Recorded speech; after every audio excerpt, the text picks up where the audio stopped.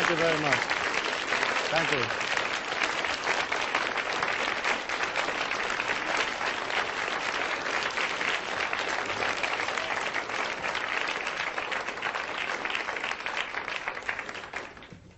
Well, hello and welcome.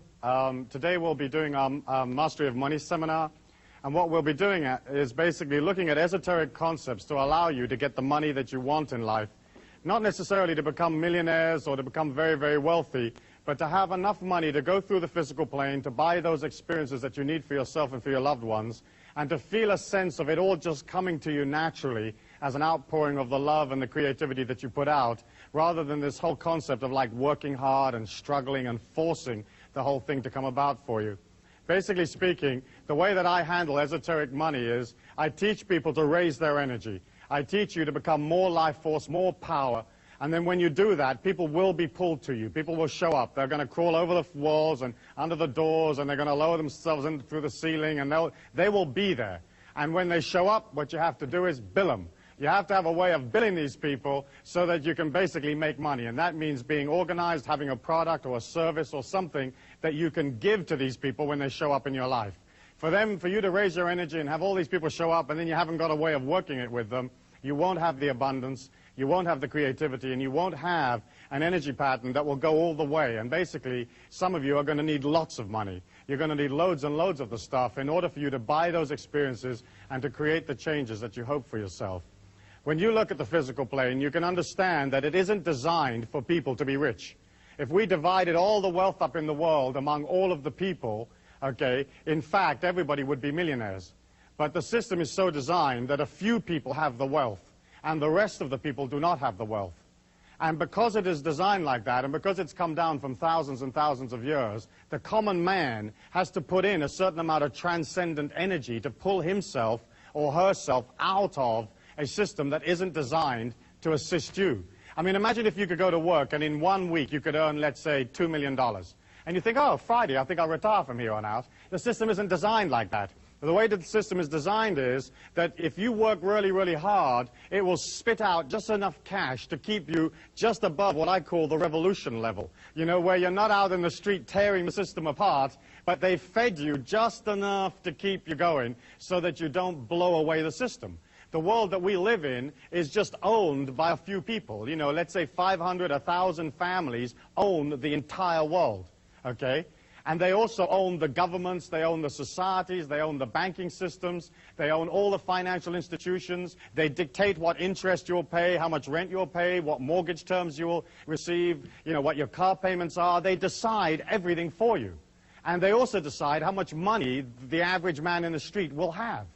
And if you are, let's say, a small businessman and you've opened a business, you're going to open it in that kind of energy pattern, in an energy pattern of control, restriction, keep everybody bottled down, give them a little bit so they don't revolt, but don't give them too much, because we don't want these people coming up out of the pack, becoming too self-empowered, and starting to take away the control that the big people have. And so as you look at that, if you open a business and you're this small businessman, if you've got a creative idea, you can only earn money from the energy of those people around you. And if all of those people are like close to starvation or just making it through or just squeaking through, how much disposable income have they got to buy your product? And so we're all affected, whether we're independent business people or whether we work for one of the big institutions or we work for the system, we're all basically affected by the fact that the whole thing is not designed for the common man. And you've heard me say that many, many times in this seminar and in other seminars, that the world is not designed for the people. It's designed to keep the institutions up. It's designed to keep the philosophies up. It's designed to support the governments. And you, as the ordinary working people, are always sent the bill. You get to pay for everything. If there's a mistake, you get to pay for it. You know, if there's some kind of disaster, you pay for it. And as you look at that, you can understand that the only way that you can pull out of those feelings and out of this conditioning that basically is absolutely designed to hold you down is by you having a force of will that is stronger than the force of will that is trying to control you. And you have to create inside of you an energy pattern a bit like, well, imagine if you were like swimming along in a swimming pool. And you're down at the bottom of the swimming pool and you're holding your breath, and like Swamp Thing like grabs you by the ankle, you know? How much would you want to swim to the surface? You know, how much effort would you put into getting up and getting out of that and getting a breath of air? And for some of us, that's how much effort we have to put into becoming financially independent, mastering money. Because our societies do not teach us power. They teach us that we are weak, that we have guilt, that we're useless, that we're supposed to support everything else, we're supposed to send money to everything else, that none of this is really for us, and that if we do too well, somehow that pulls us away from being godly or righteous or good. And of course, that's a bunch of hooey, because the life force or the God force is absolutely abundant. It'll give you anything that you believe in and more. You only have to look at nature. You can look at a cherry tree or an apricot tree, and it has more apricots on there than you can ever eat. It has more cherries on it than you can eat. You know, and when you look at it, it has that splendid abundance naturally. You know, if a man designed an apricot tree, it would have like 2 itty-bitty apricots at the top of the tree, and they'd be out of reach, and they'd be a little stale, and you'd have to have permission to go climb it, and a certificate for when you got it, and then a third of the apricot would then belong to somebody else, and eventually you'd wind up with just a pit and a little bit of apricot, you know? And that's how the system is designed. When you look at it, when you look at the physical plane, we are here as these transcendent beings, as these infinite beings inside a body, and you have the ability, through your thought forms and through your feelings, to absolutely redirect and change your life.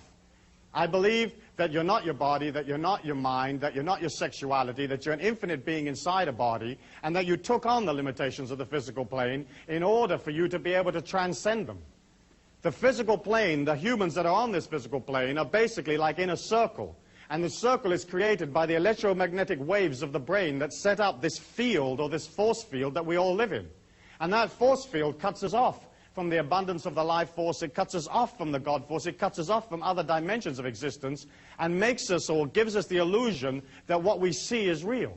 But in fact, the physical plane that you see is no more solid than your thought forms.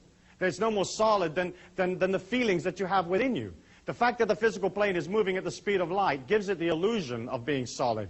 But in fact, you're looking at basically a non-solid world, a world of thought form of consciousness. Your body being the same thing, your feelings and your thought forms all being different and varied forms of the one and the same energy. And as you look at the way scientific research is going now, you can see that the scientists are getting nearer and nearer and nearer to a unified force field theory, where all energy will be just one and the same energy. And that's my feeling, and that's the sort of mystical or metaphysical approach. I believe that as an individual, you can be in this circle of activity that describes the physical plane, and you can scratch and you can hollow and you can thump and scream and rip people off and compete with them and shove and push, and you can become wealthy. You can drag yourself out of the programming, out of the circumstances. But my way is, I feel, more fluid and simpler, and that's basically to work upon your intentions, to work upon your concentration, and to move into a pattern that allows wealth to come to you naturally. Because the other system, where you're sort of scratching and biting to get money, it's almost like your wealth means somebody else's poverty. Where my way is, you can become wealthy and then allow everybody else through your wealth to become even richer.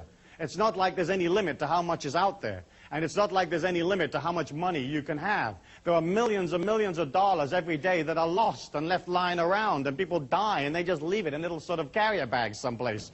You know, there's millions of opportunities for cash at no effort at all. And it's not like you becoming wealthy is going to detract from somebody else at all. Because we're not living in a finite world. We're not living in a world that only has this much resources or this much wealth. There are more resources to be discovered. There are more creative ways of doing things. There's always an ever-expanding amount of wealth. And what you're doing as an individual is, you're saying, listen, I'm happy to concentrate on making money because I understand that if I don't concentrate on making money, I won't have anything. You know, if you concentrate on the phantom rapist comes out of the woodwork and bites you on the bum. If you concentrate on money, you get money. But of course the societies and the way we teach our children disengages them from money. It disengages them from having wealth, because we teach our kids, hey, it's not okay to be wealthy. You know, the meek will inherit the earth. The God force doesn't want you to be wealthy. It just wants you to be this little thing and being terribly poor and being terribly thankful for the little itty-bitty that you got, you know. But of course, that's not true. That's just a load of hogwash that was handed down over thousands of years. You know, the life force could give a damn how much money you have or don't have. It is not emotionally involved in whether you're okay or not okay. If you're doing splendidly, then your splendidness will help others, because you'll be doing economic things, creative ideas, you'll be spending your money, hiring people. You know, you're helping the world by becoming powerful. And yet we look at a physical plane where everything is designed to not allow us to become powerful. As you come into the physical plane, as soon as you're born, or some people would say even before you're born, that mind of yours is beginning to record every feeling, every event, everything that's ever been said to you, and you suck all of that up. You know, you can put a person in a hypnotic trance, and you can take them back to when they were 11 years old, to their birthday party or something like that, and you can have them tell you how many people were there, what their names were, how many cans of Coke they drank, how many packets of Jell-O was eaten, who did what. Everything is in your life. Everything is all there. How many steps you took from the parking lot to your seat right now. You have a memory of all of that. And you imagine this small babe, and it's lying there, and it's sucking in all this information. Okay, and it's born to parents who think that, like, working hard is honorable, that you have to work hard to make it through the physical plane, you know. Well, let me ask you a question. How many of you here think that you have to work hard to make money, or you've been taught that you have to work hard to make money? Let me see your hands. Okay. You see, they sold you that. They sold you that. The people that run this circle of activity, okay, sold you that because they wanted you to work for them. You know, they wanted you to work hard for them. Okay? And so basically speaking, we buy into that working hard is honorable, or working hard is how you make money. Making money has nothing to do with working hard. It's nothing to do with effort or struggle. It's mostly a matter of being balanced and organized. And as you begin to center on your creativity, people show up that want to be a part of that creativity, want to be a part of that action. They feel your security, your strength, and they sign up for it, and they pay you for it. So it's a simple transference of energy. You transfer them an idea, and they transfer you another idea called money. As you look at that, you understand that, like this small child inside this body, it begins to suck in all of these belief patterns, and it has no volition of, you know, as to what is going to go in there. You know, whatever goes in there is whatever goes in there. So if the mum and dad are fighting over the rent, that's in your subconscious mind. You know, if your mother's into sort of saving and clipping little coupons, and there's a big stack of them in the kitchen, again, that's in your mind. Save coupons. There isn't going to be enough to eat. You know, reserve this. You know, eat the leftovers. You know, do this and do that. And I'm not saying you've got to waste stuff as you go through the physical plane, because I don't really agree with that either. But we take on whatever our mum and dad or our father and our mother thought. And of course, so many of our fathers and mothers came out of a generation when there was a depression, when there was a great amount of difficulty, and so they're not able to express a more transcendent, more fluid understanding of money. Today we live in the largest and most fast-moving capitalist society in the world, and there's millions, there's billions that are moving around at any one given moment. And yet here is this mind that takes on all this sort of stitch in time saved 9, and a penny saved is a penny earned. And we take on that mentality, and then we wonder when, as we go out into the physical plane as young adults or as teenagers, or we go out into the workforce, we begin to resonate that into the life force. And the life force, or the energy, that the force field that we're in, reflects back to us exactly what we believe, exactly what we put out there, and it gives us back struggle. It gives us back, there's not enough. It gives us back, you know, work for no wages, save your money in case something dreadful happens, do this and defend that, and you know, and if people don't like this or don't like that, sue them for the money or go chase them for the money. But you know, there isn't enough, and that whole energy of like there not being enough and there isn't going to be enough for you to get through is sold to you as a way of disenfranchising and controlling you. Inside this circle, everybody believes life to be real.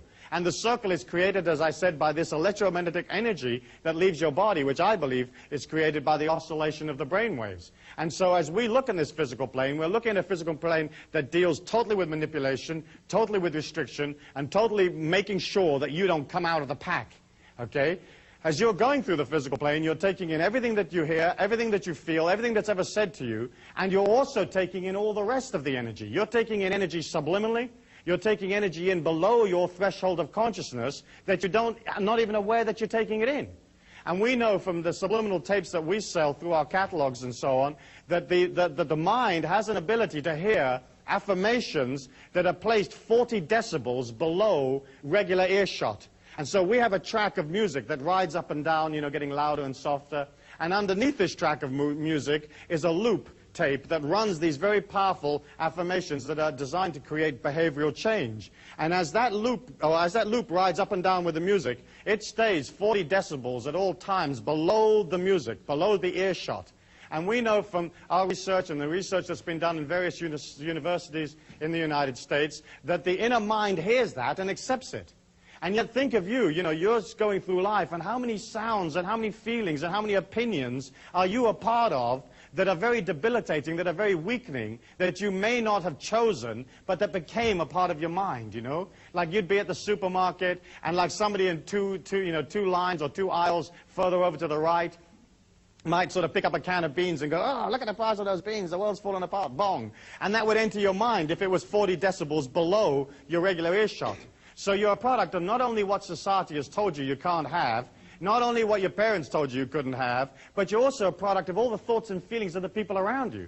You can't sit next to somebody in an audience like this and not pick up whatever they are. Their feelings are booming out, and they're pervading your feelings, okay? And if you want to change your seat in the break, feel free, you know? But basically speaking, you're it. If a person touches you, there's an energy transfer. If they look at you, there's an energy transfer. And so can you imagine this young being that's coming into the physical plane, who doesn't have necessarily any experience of how to do it, and being debilitated with all of this stuff, and then going out, putting that energy into the universal law, and getting back exactly what they put in, and they put in for struggle and difficulty and hard work and lack and not enough, and the universal law gives them back that stuff, and then they can say, you see, life's really hard, okay? And each one of us came out of that same product. So for you to get out of that energy pattern, you have to push against it. You have to literally force yourself to allow yourself to be in control of the money that you make and to master the money. And the mastery of money for me is, as I said, not necessarily becoming very, very wealthy, but being in control so you spend less than you earn, and you earn enough to buy yourself all the experiences that you're ever going to want on the physical plane. When you think about it, you create a creativity, you create a product or an idea, it's energy, it comes from consciousness. Then you take it out to the people, they respond to it positively, and they give you money, which again is energy. Money is neither good nor bad. You know, the folk that said that money is the root of all evil, or the love of money is the root of all evil, they just didn't have any. Because you've got to have money to get through the physical plane. You know, you've got to have it. And of course what happened was that we were taught that somehow money and spirituality didn't mix. And yet when you meet a person that is truly spiritual, they'll have a lot of energy, and so automatically they'll have a lot of money. In the olden days, let's say in 500 BC or something like that, it was fine for a person to withdraw and to go up in the mountain and sit under the banyan tree or whatever they wanted to sit under, and to pull away from the commerce of things and to contemplate upon, you know, the light of God or whatever it is they wanted to do. But you weren't born there. Or if you were, you know, right now you're here. You're in commerce, you're in travel, you're in making things happen. It's a totally different society. And I feel you could transcend by pulling out and sitting up on a mountaintop. But once you had the power, you would have to come back down into the physical plane and do something with it. And so the philosophies that came out of poverty and seeing it as beautiful and seeing it as righteous came out of a time when there wasn't anything to do. You know, Buddha couldn't turn on the video and watch a couple of videos and play his CD player. He only had sitting under the tree. You know, sitting under the Bodhi tree was the only game in town. So that's what he did, you know. But we're not in that time. We're action-oriented, we've got things to do, there's people you've got to meet, there's things you've got to build and create, there's children that have to be brought up and developed into strong and powerful human beings, and that's what we're looking for. We're looking for individuals that are prepared to push against the system without confronting it. Because the system will never look after you. You know, it's not designed to. And if you look at the history of man, all the governments have let all the people down all of the time, you know? And if you don't believe that, you don't know anything about history. You know, you might want to repeat it after me. All of the governments let all of the people down all of the time. Because, basically speaking, governments are individuals that are looking after their own interest. You know, they're looking after their own power unit. They're looking after their own election. They're not worried about whether you're making your mortgage payment, you know, in downtown Arkansas. They could give a damn, you know. They are just worried about their own position. And they get to play the game, and they get to spend your cash, and then they send you, as I've said before, this love letter called a tax bill that you have to pay for their creativity. They don't actually create any wealth for themselves. The wealth of the nation is the individual man, the individual female, the working people of the country. We create the wealth, and they just get to play with it. You know, and the way they play with it is they get to spend it pretty much any way they like. They get to bill you anytime they want to bill you. And if they run out, they just print some more. And so we're looking at a situation where the whole of the circle, the whole of the people that control this circle, the families that run the world, they have a control of the money. And money to the common man is life force. It's God force to a guy that doesn't have a spiritual quest, a person that doesn't have a quest or doesn't have a belief in any kind of higher transcendence. Those people that are purely in the physical plane, money is their God force. And once these people got control of the money, they could control the life force for the world. And then they could control the destiny of the world. And there's none of you here that haven't been controlled by the big families that run the world. Because they decide everything, from the price you pay for a shirt to how much you pay to go to the movies. Everything is decided, and the whole system is designed not for you not to come out of the pack. And as long as you remember that, now you can push against it, and you can say, gosh, that's dreadful, you know, that's awful. Why have they designed it like that? They designed it because they're into control. They're into making sure that none of us ever get out. Okay, and you can push and you can rant and rave and you can have your little placard and you can go down to D.C. and stand there in front of the White House and it won't do anything for you. The only way you can win your freedom is to have enough cash to pull out, okay, and to disengage somewhat from the feelings of the world, from the emotions of the world, so it isn't controlling you.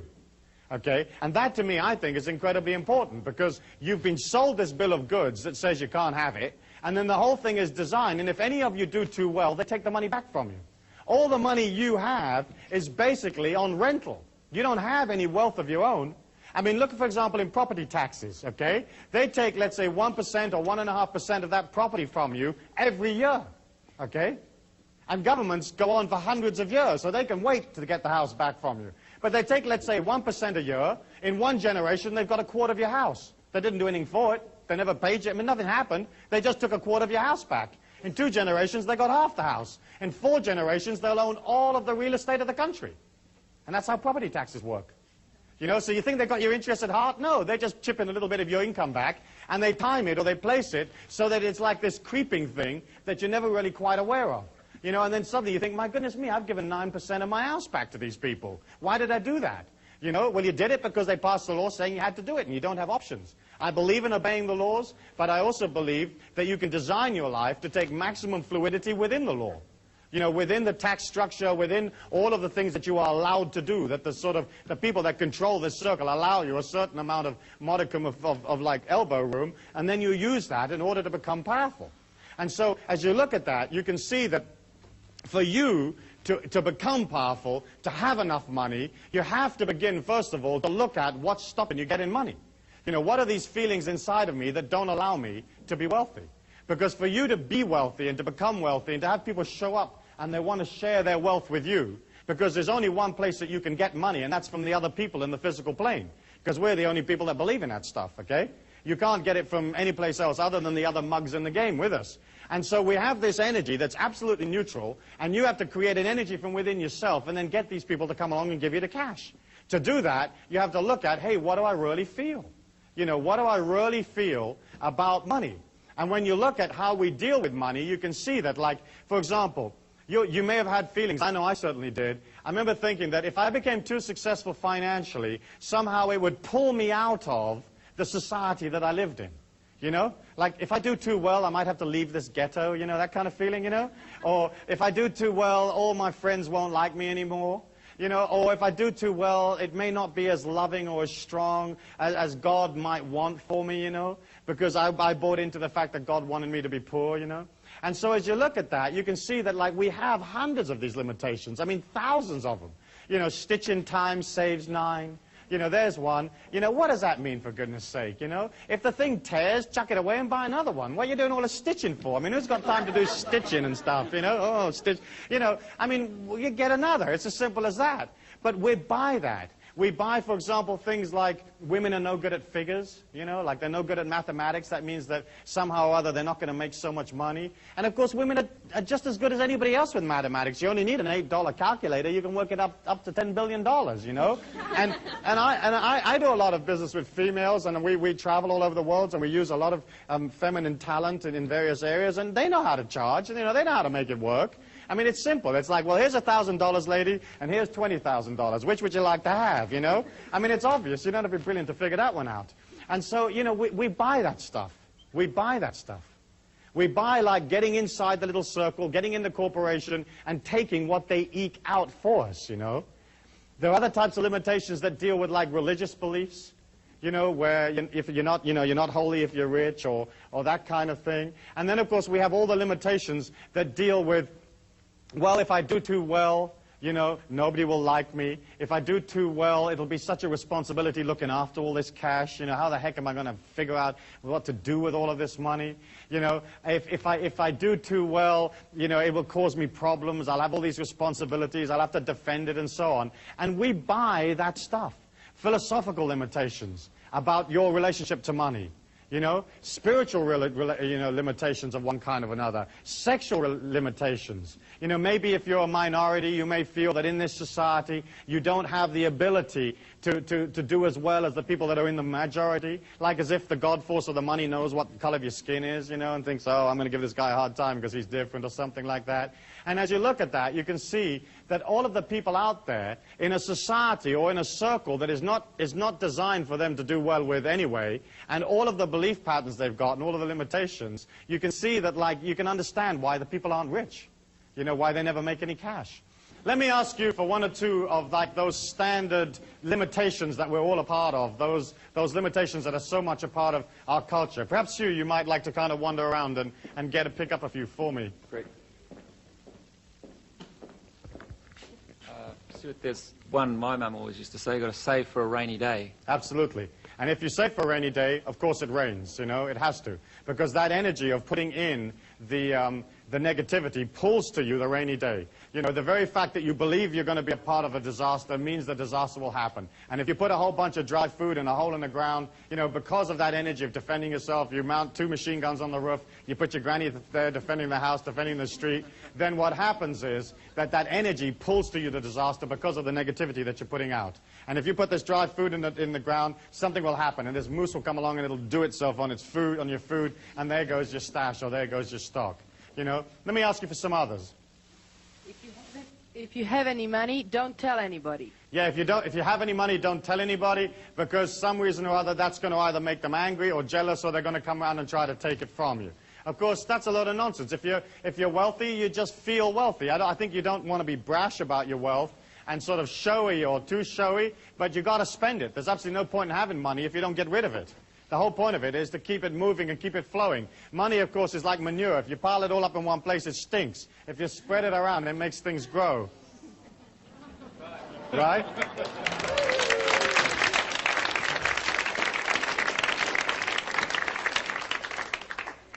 Let's have another one. It's easier to get a camel through the eye of a needle than a rich man into heaven. Right, that's a standard one. And of course, the eye of the needle, I believe, was it not the gate of Jerusalem? And to get a camel through the gate of Jerusalem wasn't a big deal. And if the camel was a bit stubborn, you just had the camel over here, and you take a bucket full of the camel's lunch, and you put it on the other side of the gate, and you go, hither, hither, camel, and it comes along. Because that's how they talk in biblical times, hither, hither. And the camel just automatically walks through the gate. And of course, a lot of our philosophies were designed to make sure that nobody got wealthy. You know, you can imagine how, like, well, imagine in medieval times when, say, for example, a lot of the churches owned all of the land. I mean, thousands and thousands of acres of land, you know. And the common people were dying of starvation, living 10 in a room in squalid, filthy conditions. From time to time, they'd go up to the, you know, the sort of the big monastery or something, and they'd bang on the door and they'd say, oi, what about us, you know? What do we get? And of course, those people who owned or controlled the circle in their day, you know, they weren't about to share it with everybody. They weren't about to say, well, look, we'll peel you off 5 acres in the North 40. And so they had to sort of say, well, you'll get yours later. You know, you'll get yours in the afterlife. You know, this poverty stuff's really cute, and you're loving it right now because later on you're going to get it. And of course, now we're not so stupid, you know. We're a little bit more sophisticated. We aren't going to buy into that afterlife stuff. Not because I don't believe in an afterlife, but I want my power now. I want my experiences now, where I can experience them and become a part of them, and that's what you want. You don't want a promise for later. And of course, the mind and the ego will always accept a promise. You know, you can always tell somebody, yeah, I'll do it for you, but later. And the mind goes, oh, that's okay, later, later. And that's why that philosophy was so powerful and so useful to the people that ran the situation in those days, because they could promise people a later date, you know, a long-term delivery. What about being filthy rich? Yes, like as if rich is somehow dirty. And isn't it true how, like, for a lot of people, money equates with, like, the misuse of it. You know, like if you're rich, you're bound to be misusing it. And of course, it's nothing to do with that. You know, you can have money and be loving and generous and kind and to help the world, you know. But isn't it interesting that we equate wealth with, like, some kind of misdemeanor or not acting honorably? And of course, that's not necessarily the case at all. Any others, Hugh? Money corrupts. Yes, and of course, a lot of times it does, because money is power in our physical plane. And power is very, very hard to work with. And the whole point of experiencing power is, in a way, to misuse it. you know, because that's the only way you really get to learn about it. But in the corruption is also the healing and the transcendence, and I think that's pretty important, you know. Yeah, give us this day our daily bread, like there isn't going to be enough, okay? Like this little bit's coming up, it's like welfare. Here's your little welfare. Any others? Money can't buy you love. Yes, money can't buy your love, but in fact, yes, it can, okay, definitely. But the fact is, of course, that the way you get love is to express love, you know, and it's nothing to do with money. It's absolutely nothing to do with money. In fact, money can buy your love, push to shove, but basically speaking, it's only a matter of expressing a loving attitude, and love will come to you anyway. Any others? Yes. Can we have a positive one? Money makes the world go round. Money makes the world go round, and of course it doesn't. The world spins automatically of its own. Yeah, save for emergencies. Okay, that's the same thing as was said before, where you're waiting for the emergency to come. Beautiful people are rich. I'm sorry, I've got more than one coming at once now. Yes. Only beautiful people are rich. Only beautiful people are rich? That's not so true. I know a lot of ugly millionaires. Yeah. But you see how all of that stuff became so important, you know, and all of that stuff became a part of our culture and a part of the way that we treat money. And of course, what you have to do now is to begin to resonate a powerful intention for your whole trip about money. Because when a person permeates that negativity or that weakness inside of you, because it is already there in your mind, there has to be an acceptance. You know, you have to accept that. If you're standing next to somebody in a supermarket and they're projecting lack, if you have lack inside your mind, you actually enhance or increase the lack that you have. Okay? The only way you can come out of power is to not have it in your mind, or to have this forward projection of energy, this expanding energy that feels, yes, I can, yes, I will, I have it all around me, this is a flowing situation, and there's no problem with the amount of money that's going to come to me in my life. When you resonate your feelings, they change moment by moment as to what you feel about yourself.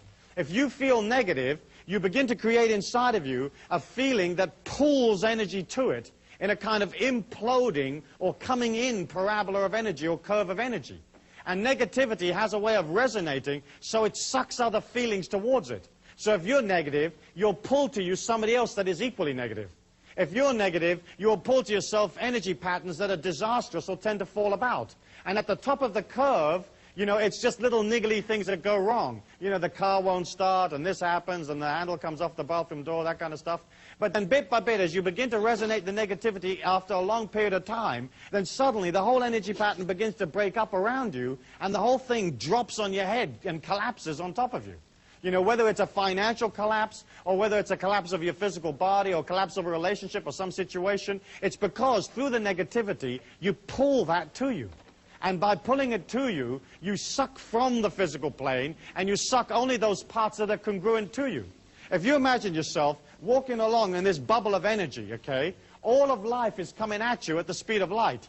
And it's coming at you upside down, okay, at the speed of light. And you have all of these possibilities coming at you at any one given moment, okay? And you will pull from those feelings that are the same as your feelings, that are congruent with your feelings. So all the goodness in the world is coming at you, and all the evil's coming at you. And then you can pick up whatever you want. And so you kind of filter through your own feelings those experiences that are exactly the same as what you feel.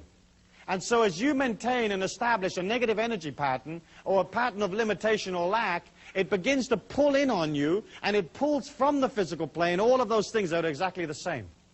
The only way to defend yourself against that, the only way to really develop a power inside of yourself, is for you to begin to pull out of you this transcendent, infinite, abundant feeling from within you. When you express positively, it creates an outgoing or exploding curve of energy. It's like this outgoing feeling. Not only is it warm, is it fresh, is it loving, but it inspires people because it's pure life force. It's pure confidence. And it's not like sort of confidence that you wear on your sleeve, which is real sort of pushy type of confidence, but it's basically confidence of feeling everything's okay. And as you resonate that energy outwards, the more and more power that you put out into the world, the more you allow that infinity and that abundance to come from your feelings, the less the negativity of the other people pulls you down. Because you cannot walk in a crowd of people, say in a supermarket or in a shopping mall, without having all of those people affect you.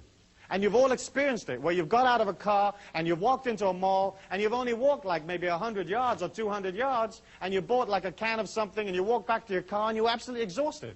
You know, have you had that experience? Right. And it's because what happens is as you walk through that mall, your feelings are resonating around you and everybody else is literally taking a bit of that energy from you. Every time they have eye contact with you, every time they touch you, every time they pass you, a part of you leaves with them.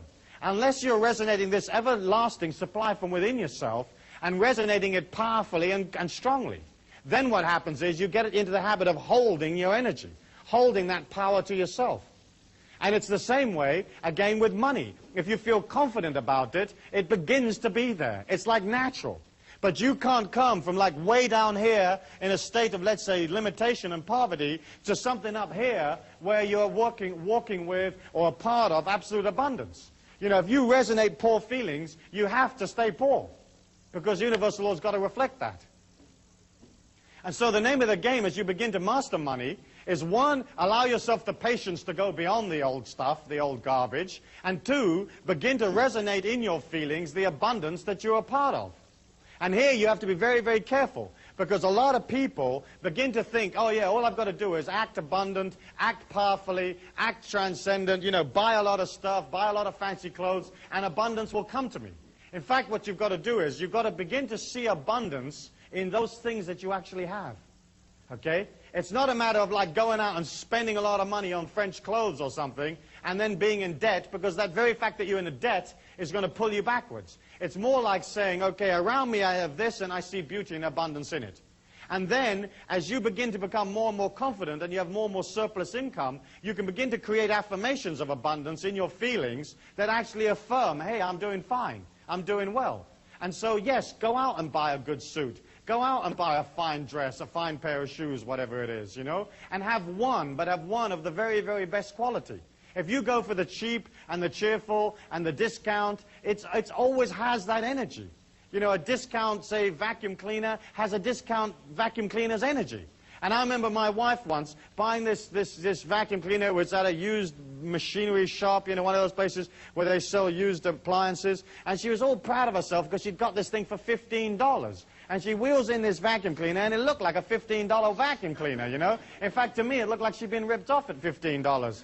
And she plugs it in, and there's this limp little bag hanging on the back of this thing, you know. I mean, it's just holding on for grim death. And I said to her, don't you think that bag is supposed to be like full of air and abundant and pleased with itself? And she says, yeah, you know, I think you're right. And she was vacuum cleaning this room, and the vacuum cleaner made a decent kind of noise, but you could see that nothing was coming up off the carpet, you know. As it went over dust and pieces of paper, they just jumped up and then went back down again. And I thought, this is not a real effective way of vacuum cleaning the carpets. And then as she was wheeling this stupid thing around, the wheel came off. And as it came off, it created this sort of very, very sort of gentle curve as it went around the carpet and sort of came into this semicircle around the other side of the room. And of course, as the wheel went around the room, it did pick up a little bit of dust on the wheel, you know, that was natural. And I looked at it, I thought, oh, this is how this vacuum cleaner works, right? It fires little wheels that pick up microscopic bits of dust. You know, if you buy something at a discount, if you buy the cheap and cheerful, that's the only energy you'll ever have. You know, and you can go in there and you can see this vacuum cleaner and it looks neat and it's made underwater by Brazilian convicts and it only costs $9 and you'll say, I take it, and it has that energy. And so I would say to you, like, if your life is in control and if you're beginning to master money and beginning to feel that you will always have money, then you can begin to spend on those things that are important for you. And I would always go for the very best. I would just have less of them. You know, if you've only got one suit, at least have one decent suit and look good in that. So at least when you go for the interview, you come out of an energy of like, you know, I feel abundant, I act abundant. But don't go wacko, wacko, wacko and just spend a whole bunch of money. And I've watched people take on this philosophy and do exactly that and get themselves into tremendous trouble, you know. As you begin to create those feelings inside of yourself, it has to permeate your entire life.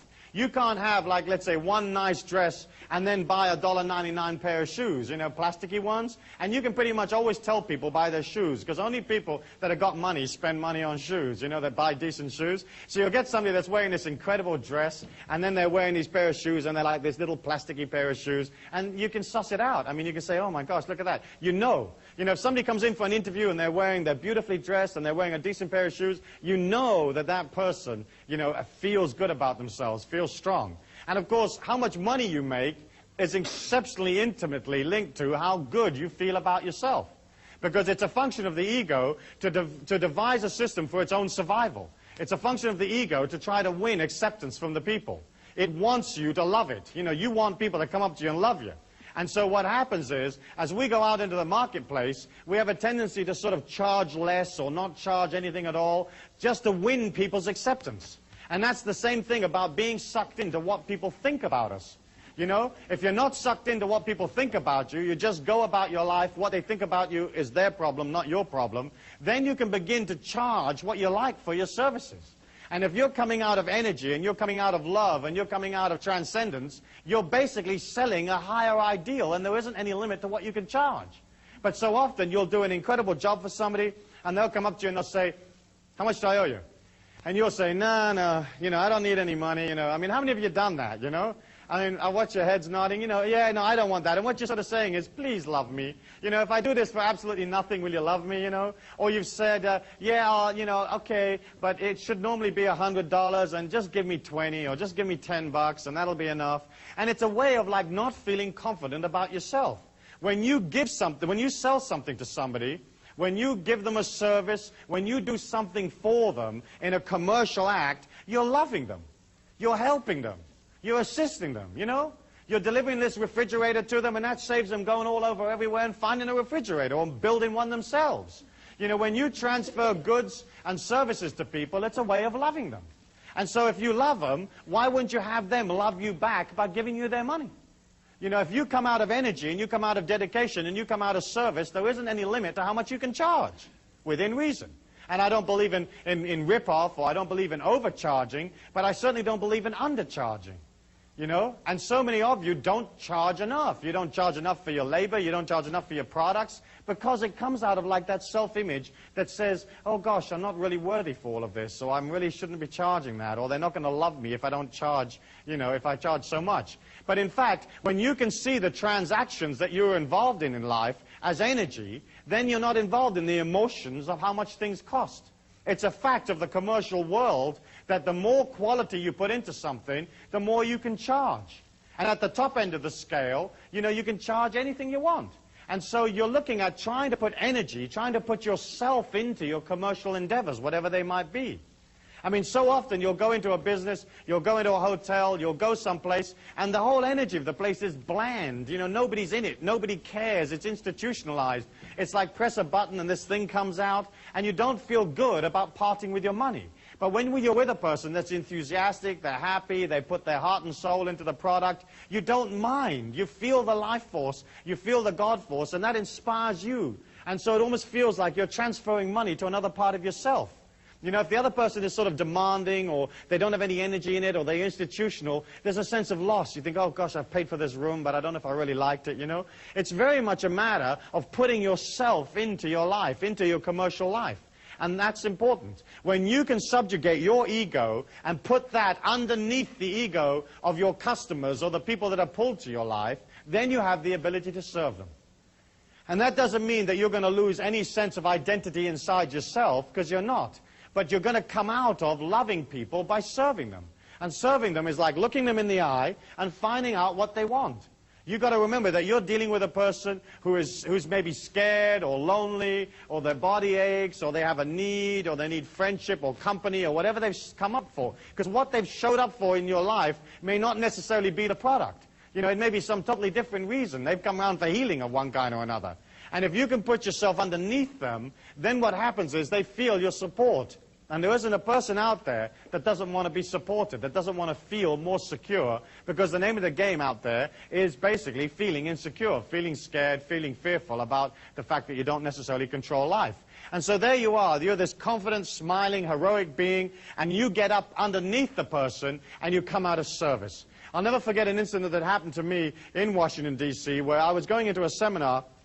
And there was a young waiter there, and he just happened to come up to me and said, in the hotel, he said, what is the secret of tips?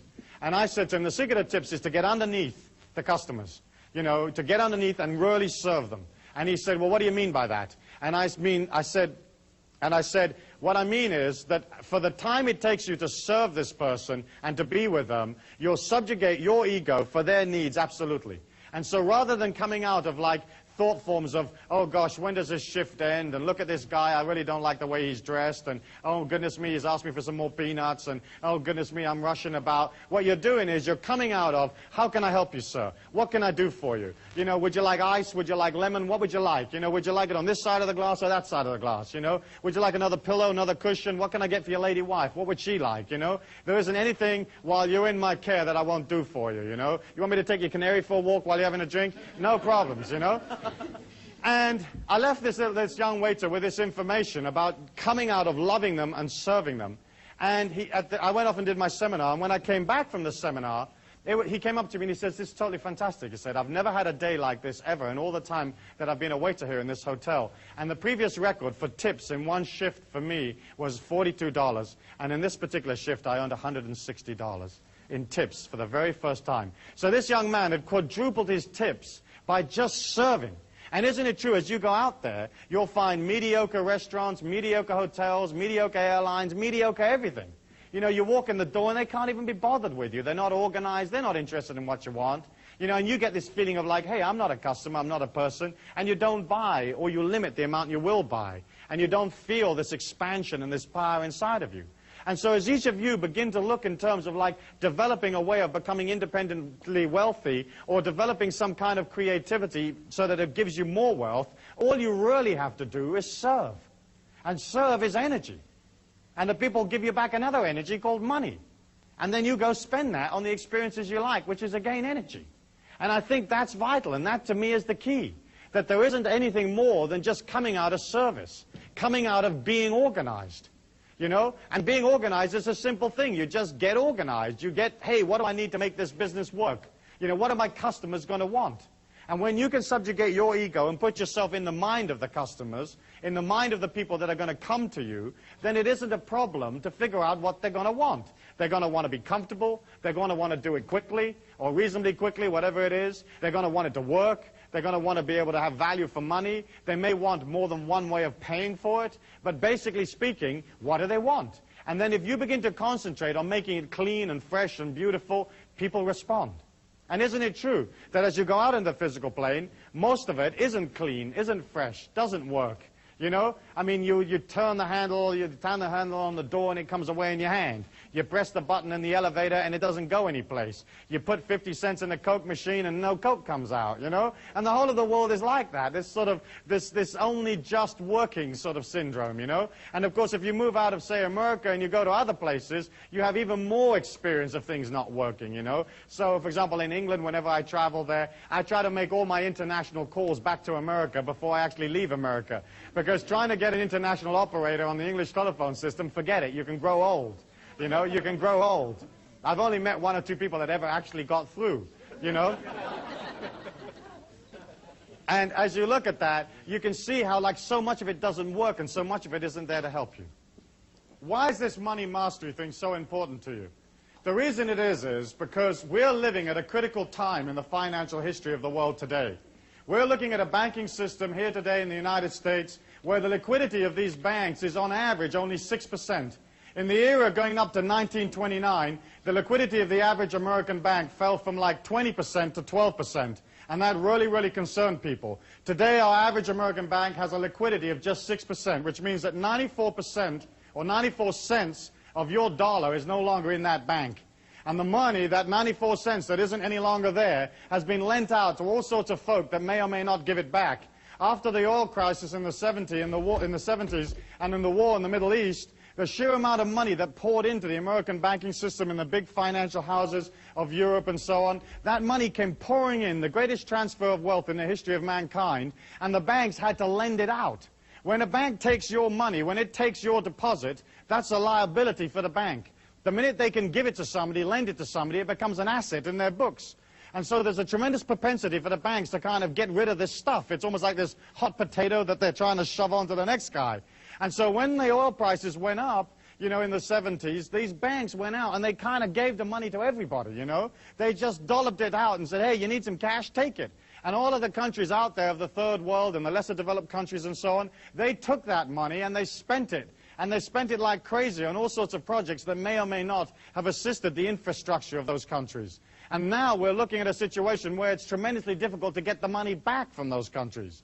You know, America gave money to every nation in the world. I mean, just gave it. It gives it to its enemies. It gives it to its friends. Albania is the only country that America hasn't given any money to. And the only reason they haven't given any to Albania is because they can't find it. If they could find Albania, they'd give them some. You know, and so all of this money's gone out, and you can watch these third world countries struggling trying to get it back. Mexico is an excellent example where they have a debt of up around close to $100 billion. And they get about $7 or $8 billion a year in oil revenues. So you can see that if they're only paying, let's say, 7 or 8% interest on their money, they need all of their oil revenues every year, forever and ever, in order just to service that debt. And what happened was that when oil fell recently, you know, tumbled down from its peak of $30, $35 a barrel, we got into a situation where the American people were literally wiring money down to Mexico so it could wire it back to the bank so that nobody would default. It's like you're getting billed as a common man, you're getting billed for something that's nothing to do with you. We have a situation where, for example, corporate debt in this country is at 50% of its total assets. And a lot of the assets that the corporation have are in the form of paper and notes and bonds that they're holding of other corporations. So the 50% that you think they've got, some of that may be real money, it may not be real money. The government has basically continued to print money like crazy in order to try to keep the system up. After 1946, all the major trading nations agreed to come off the gold standard, which meant that all of a sudden money didn't have to be real anymore, because in the olden days, a dollar bill was a receipt for some gold someplace. And in theory, you could walk up and you could say, hey, you know, I want my gold, you know, or I want to look at my dollar bill, or whatever it is you do when you go around the bank. But basically speaking, once all these countries came off the gold standard, there wasn't any limit to how much money the governments could create. And here in America, since 1980, the government has expanded the money supply 300%. But the country's only grown like 25 to 30% in that period of time. And so when you have a situation that the people that control all of the activity inside the circle can literally print money, you can see how there's a lot of money out there that really doesn't have any value at all. It's just a matter of everybody believing in it. And the banking system, everybody's got to believe in it. And that's why the common man never gets any of the information. They only get little bits of the information, because if anybody actually told you what was actually going on, you'd freak out and you'd go get your money back. As you look at that, you can see that, like, personal debt has expanded to the point where, like, the average person owes like 1.5 years' wages. You know, corporate debt is 50% of assets. The governments are running trillions of dollars worth of deficits. The trade figures are incredibly imbalanced, where it's costing billions and billions of dollars every month, you know, more than they're actually taking in. And you can see that all of this is creating a strain on the financial resources, not only of America, but all of the trading nations of the world. As you see that, you can either say, well, that's great, I'm sure it'll all be all right, I'm sure it'll all be fine, or you can say to yourself, wait a minute, there's something going on here. I'm not in the possession of the facts. I can't fix what's happening in the third world. I can't fix, say, for example, that there are a record amount of, say, bank failures in the country right now, higher than even in that period prior to the Depression or the collapse of 1929. I can't fix that. I can't fix the business failures. I can't fix all of these scams that are going down with these various junk bonds and so on. All I can do is get in control of my own situation. If there's ever a liquidity crisis in the world, and it looks like eventually there's bound to be, because we just can't carry on inventing money and spending prolifically, if there's ever a liquidity crisis, cash will become king. You know, you'll become God if you've got cash in hand. You'll be able to go out and you'll be able to buy things for cash. Recently, near my hometown of Taos, they sold off a whole bunch of houses that had been repossessed from mortgage defaulters. And they put up 241 houses for sale all in one day. And the FHA got a whole bunch of people in for this auction to get rid of these houses, because obviously they didn't want the houses. And the houses sold off in that morning. And the cheapest house sold for $400. And the most expensive house that got sold off that day was only $21,000. And you can't build a family home for $21,000. So you can see that if there's ever a cash crunch or there's ever a difficulty, if you have cash and you're liquid, you'll be in a position whereby you'll be able to go buy things that you've always wanted at half the price, a quarter of the price. You'll be in a situation of being empowered. You know, and you can pop out one day and you can spend 10 grand and you come home at night and your husband says to you, what you've been doing? You say, I've been shopping. I've got this entire street. You know, I got it from the 7-Eleven right up to the traffic light, the stop sign, you know. And I had enough money in my pocket to take a limo home. You see, and some of you have saved all your life for that stuff. You're going to come into a period of time where that cash is going to be king. And the way to achieve that cash is obviously you've got to spend less than you earn. You have to have fiscal discipline. And fiscal discipline is looking at what you earn and beginning to de-escalate the debt that you have. Getting into the mastery of money is basically spending less than you earn and beginning to develop a certain amount of liquidity. Now you may say to me, Stu, well, how do I pay off my debts and develop liquidity? The fact is that as you pay the debts, your whole energy begins to calm down, you feel less out of control, and the opportunities that you need to make money will find you. But again, you have to be organized, you have to be centered, you have to know what it is you want, and you have to begin to go for it. And if you can't go for what it is you want in life just yet because you're stuck in some job here, just maintaining everything, then at least you can begin to play that fake it till you make it energy. You can begin to move towards it. You know, like if you're pumping gas in a gas station and you want to be a film director, well, you begin to resonate an intention for that. And you go to film school in the evenings and you buy books on film directing and you watch films and maybe you join an amateur filmmaking club, but you're moving towards your goal. So often people find themselves like down here and they hope that they can pull their energy up to up here and they never make it. You have to move towards whatever it is you want, and as you move towards, it's almost like the energy comes around you and supports you to get what you want. Which means that, of course, you've got to be clear about what you want, you have to have clarity, you've got to know what it is you want. And we've spoken about that in the past, have we not? But it's mostly a matter of deciding, hey, what do I want for my life right now, and what do I want later on, and what do I want later on, and concentrating on the right now. And of course, if you're not clear about what it is you want, then you begin a program of getting rid of all the encumbrances and all that stuff that's around you so that you can have what you want, so that you are clear about what you want, you know? And then you develop this high clarity about who you are, what your mission is in life, what your gift to the people is. You're like, hey, what are you going to give people? You know, you're this heroic being, you understand yourself, you've got perception that other people will never have, you've got energy they'll never have, creativity that they can't even dream of, and what are you going to give them? You know, what are you going to give them when they show up? And you have to have that clear in your mind. As you develop high clarity, as you develop high resonance, which is basically moving towards your goal, resonating this intention, resonating the whole idea all of the time, bit by bit, the universal law has to give it to you. And it's only a matter of coming out of control. It's only a matter of controlling the situation, dominating the situation, and seeing what opportunities there are. In order for you to be able to be in the marketplace, you know, you have to have something that you're going to offer. And so each one of you is going to have to develop a skill or some kind of service or knowledge, or you're going to have to get into control of a product. And you've got to have something. And so often people want to make money, but they don't have anything. You know, so if you haven't got that, you're finished. You haven't got a chance. You've got to have it, it's got to be neat, it's got to be fresh, it's got to be exciting, and it's got to be there for when people show up. So like a skill would be like you're a plumber, or you do something that other people can't do, and you do it for them, but you do it in an unusual and creative and exciting way. You know, and you roll up at the front door, and you're in this big polystyrene bubble, you know, that looks like a sort of a spanner or something. People say, what are you? You say, I'm the plumber, and it's musical, and up comes a little hat, you know, and they think, oh, this is incredibly interesting. This is really different. Most plumbers show up in, you know, oily overalls, grumbling and moaning about how lousy plumbing is. And this guy shows up in his chicken outfit or whatever it is, you know. I always had this idea of a loan package where you'd get all the details of the loan you wanted when you went to the bank, and it was this incredibly beautiful loan package, and then you would train these three canaries to sing, and when you open up the loan package, the canaries would go, give us the loan, give us the loan, give us the loan. You know, well, imagine the bank looking at you and you telling them, hey, listen, what I want to do is open this flea circus, and by the way, here's these three canaries that we've taught to say, give us the loan, give us the loan. You know, it's like the bank would understand you. They may not lend you the money, but they would understand the creativity there. So as you decide that, you've got to either have something that the rest of the world hasn't got, which is a skill, or you've got to have some kind of knowledge. And we live in the most powerful, most information-conscious world that there's ever been. And there are 4.9 billion people out there, and they all want to know something. You know, they want to do the courses. They want to get slim. They want to be more beautiful. They want to be more protected. They want to learn to do acupuncture for canaries or whatever they want to learn to do. And you can say, well, I happen to have this incredible course that you can do. And in fact, information transfer is now one of the major industries in the world. And so all you've got to do is either have the information or acquire it, and then begin to figure out how to transfer it to other people. Of course, if you happen to be, say, for example, a lawyer, then the information you can impart, you have to do one-to-one. I personally prefer information transfer, where you can get a lot of information out to a lot of people without being there personally yourself.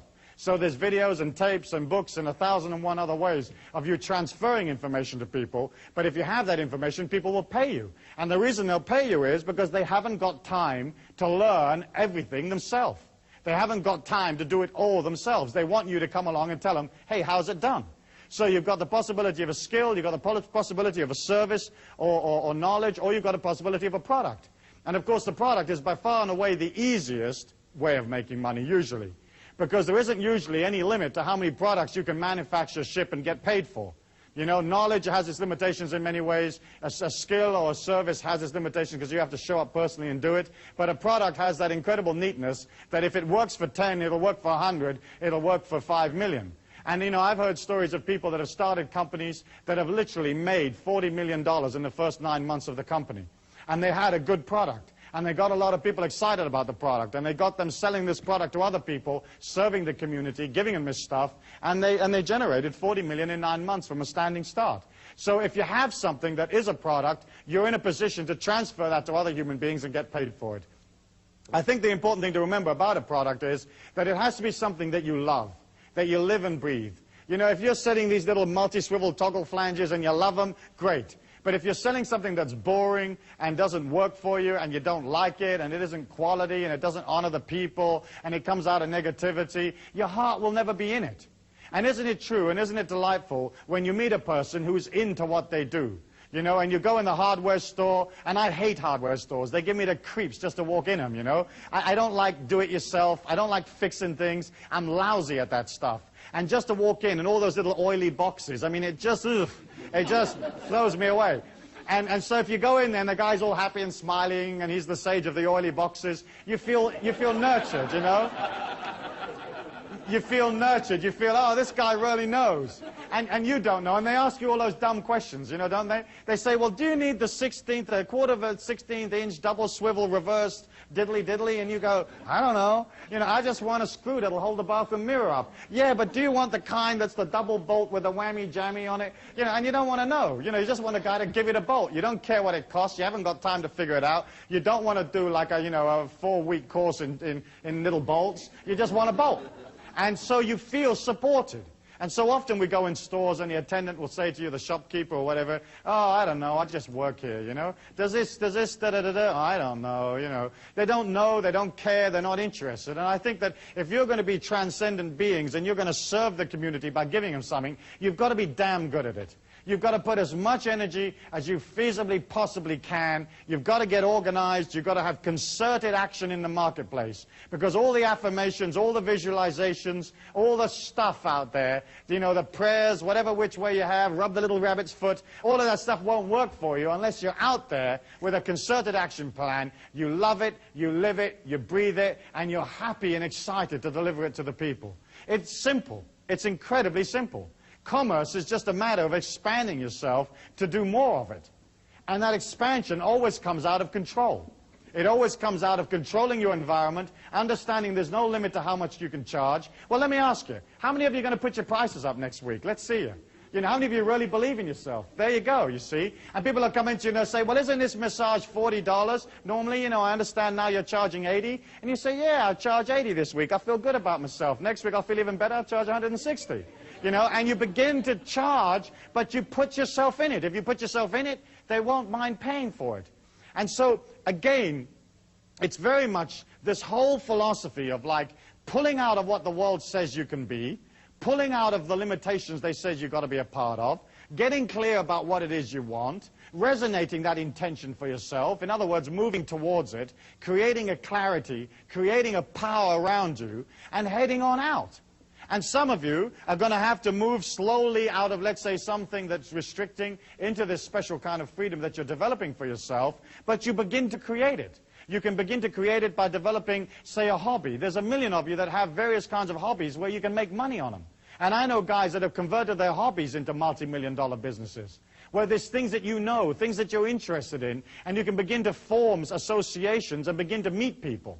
You know, if you don't go meet people, then again you create around you this limitation of not having enough people to go sell. You can have a brilliant idea, and if all you know is your auntie and your mum, you've got 2 customers, you know? But if you begin to understand that going and meeting people is a way of you expanding your energy, it's like saying, oh gosh, I've got this little energy and I don't feel too confident about myself and I don't feel too confident about this stuff, and so I won't bother to tell anybody, and that way I'll never have to like face the fact that I'm not really confident. But if you're good, if you're damn good, if you're coming out of love, you're coming out of service, you won't mind expanding, you won't mind traveling, you won't mind trying something new, and you won't mind going out and meeting people. You know, I tell people, listen, if you want to meet people, join churches. You know, it's a great place to meet people. You can give out your little card in the breaks, you know, pass them out in the pews, and then just join as many churches as you can sign up for, you know. I mean, you join a Muslim church, and then you go to the synagogue on Saturday, join a couple of Christian churches on Sunday, especially those sort of open, positive, New Agey type of Christian churches, you know, and then Monday you can get into some kind of wacko cult, you know, and you join them on a Monday when they have their services, and you just surreptitiously are passing out your cards, but people get to know you.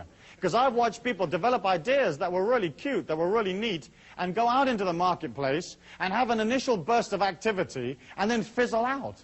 You know, and then suddenly they're despondent and they're upset and they feel that their creativity isn't any good, and they wind up going back to what they used to do because they didn't have the force or the courage to push through to like meeting people, talking to people, being with people. When you get to the point where you talk to 100,000 people a year, you've got a chance with your idea. When you get to where you talk to 1 million, you've got a real chance. When you get up to like 5 million, then you're really cooking, you know. When you get up to 50 million, forget it. You know, you'll have so much money, you'll have to move out of the house and get a bigger one.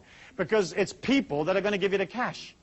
And it's you feeling confident about yourself and going up to these people, presenting them with the idea and knowing that they're going to love it. And the reason they're going to love it is because you designed it for them. You designed it for the people. You didn't design it for yourself. You didn't design it for you know, to look cute. You designed it for the people. So you'll come up with the only bath that has faucets that work with your feet. You know, and there you go, and you suddenly say, I've had this incredible idea. For 2,000 years, they've always had these baths with these little wacko, little cross-shaped faucets that you can't work with your feet. Now we've got the foot bath, and here's the handles, and here's where you put your toe, and this is how you make it go hotter and colder. And everybody will love you. They'll say, she invented the bath faucet. She made it something, because you don't have to do anything really different.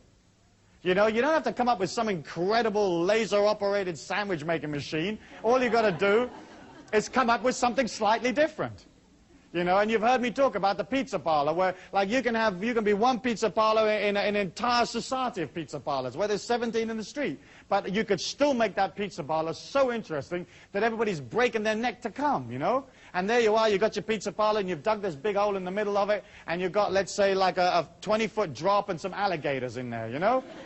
And then you build this rickety little bridge from the front door of the pizza parlor to where the cash register is, where people order, you know? And you make this bridge so that it kind of wobbles a bit. You know, and people say, well, isn't it dangerous? And you say, yeah, we lose a few, but they're hungry. When they get on the other side of this bridge, these people want the pizza, you know? They want that stuff. And the alligators, is folk drive from miles around to see these alligators. And then we're going to put a waterfall off the roof. And they're going to get a little wet coming in. But once they're in here, they've got to stay for half an hour to dry themselves out. So we'll be in this street, we'll have this waterfall off the front of the pizza, we'll have this big hole with some alligators in it, little rickety bridge, and the people will feel excited. They'll feel a sense of achievement of making it across, you know, especially the older ones, you know. And they'll feel good about it, and they buy pizza. And that's all you got to do, and a pizza could be totally revolting. But they're going to buy it. In fact, if you're coming out of transcendent, you're coming out of heroic, you love yourself, you're going to put everything you can in that damn pizza. And you're going to make that thing wonderful. And so what you're looking at here is you're not looking at like developing some incredible plan or going to some business school necessarily. You're just looking at a shift in consciousness, a shift in dedication, understanding it's fine for you to be wealthy, understanding that you're infinite and there's no limit to how much wealth you can create for yourself. Okay? You're going to get clear about what it is you want. You're going to resonate that intention. You're going to play fake it till you make it. Whether you got it or not, you're going to move towards it no matter what. You're not going to let yourself get out of control and start spending a whole bunch of money you haven't got, okay? You're going to allow yourself that power and that energy at all times, moving towards it, clear, resonating it, having it, being original, and more than anything else, you're going to love yourself by charging enough, okay, by giving yourself time, having patience, and you're going to love the people that are pulled to you by serving them. And if you can come out of that love and that caring for people, putting your ego aside for their needs, your life and your business and your families will be swamped. You'll be swamped. You won't be able to handle the amount of people that show up. And as that happens, you'll have a way of billing them because you'll be organized and you will develop wealth. And suddenly you move out of struggle into a natural understanding and a natural flow. And that's how it was always meant to be. Life was only ever meant to be this gentle walk through a valley on a sunny day. It was never meant to be this incredible struggle, this incredible effort.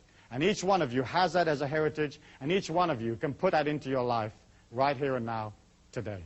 Thank you very much. Thank you.